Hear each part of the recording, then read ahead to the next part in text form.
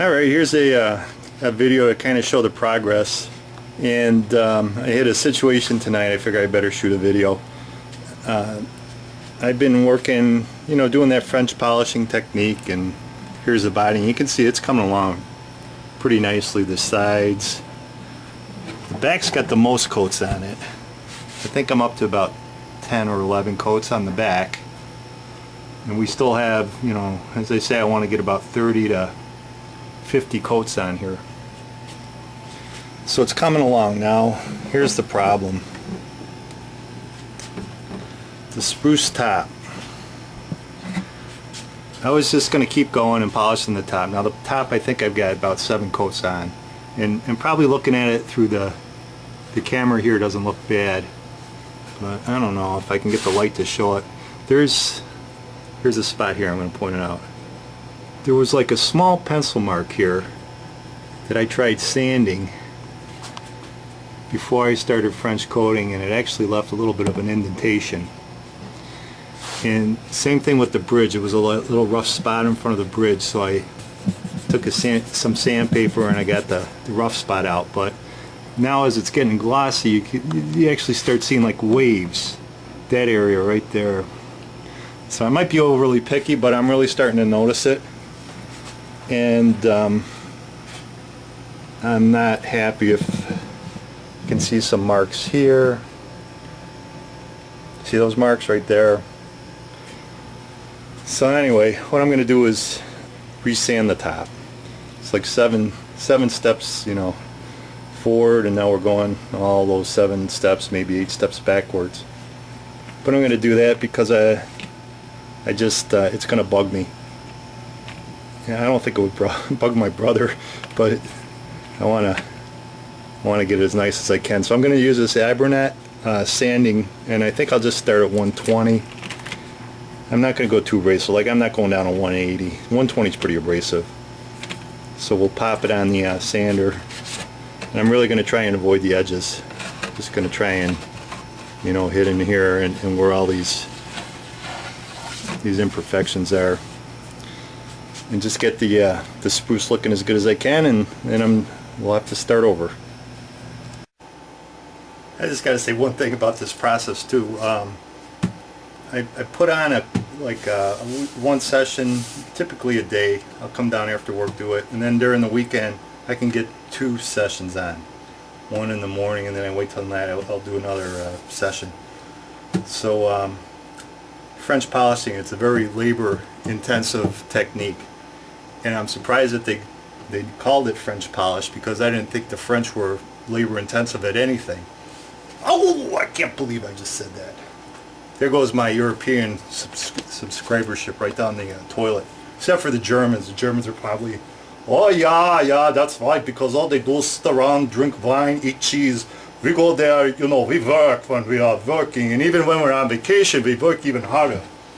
So, that said, I gotta sand the top.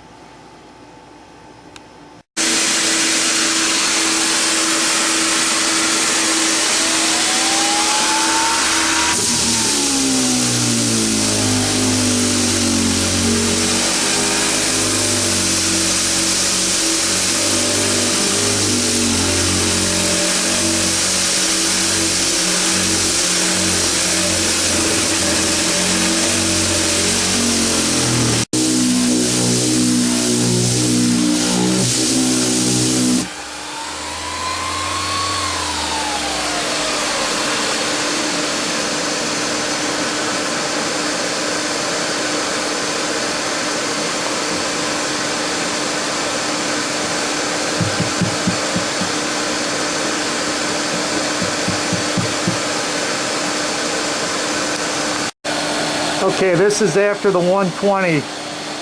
I got it. I got those marks out.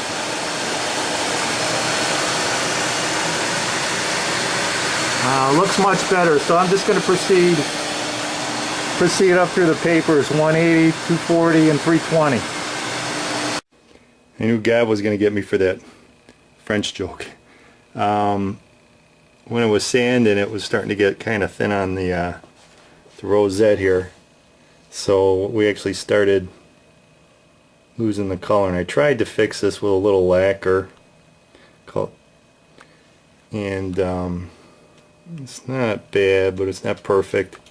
I'll sand that down. I'm going to let that dry overnight and sand that down in the morning. Now we do put a pick guard on, but the pick guard doesn't come up that far. It's just going to come to this line. So yeah, chalk it up to a learning experience. Alright, here's the body after I've sanded it and I've given it 2 wash coats of shellac. I tried fixing that line there on the Rosette, but I wasn't happy with it. I ended up sanding it down again, but you can see, you know, the line comes along and then we lose it. And there's actually a black smudge, like right. That's actually what happened. Is this is getting so thin, we're getting down into the channel. That's a hollow space, and then the line continues about here. So my plan is, you can get these manual like binding cutters that will follow the edge, like they'll follow the edge of the guitar when you want to put purfling on. I think they're called like a Grammel or a Gremel or something like that. So I'm going to see if I can find one and put a small blade in there and just try and, it'll be a challenge, but try and cut the channel from where the line was good. You know, take out this section here to about here, and then put in another piece of the Rosette, the purfling, or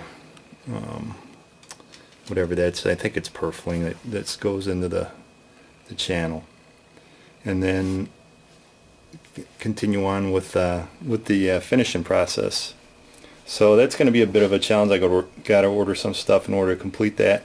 I don't even have the right size line, black, or this is white, black, white. I've got thin, but I don't have the thicker stuff, so I got to order some of that too. Okay, stay tuned.